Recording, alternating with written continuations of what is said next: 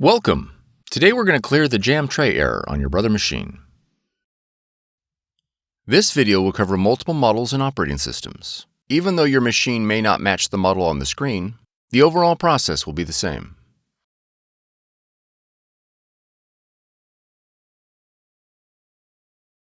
We will begin by pulling the paper tray completely out of the machine. If there is jammed paper in the tray opening, remove it using both hands. Remove the paper from the paper tray. Ensure that the tray guides are not pushed too tightly against the paper, which can cause jamming.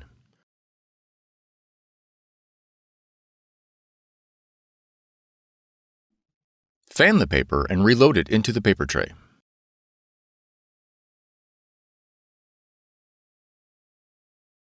Also verify that the paper is not loaded above the maximum fill line.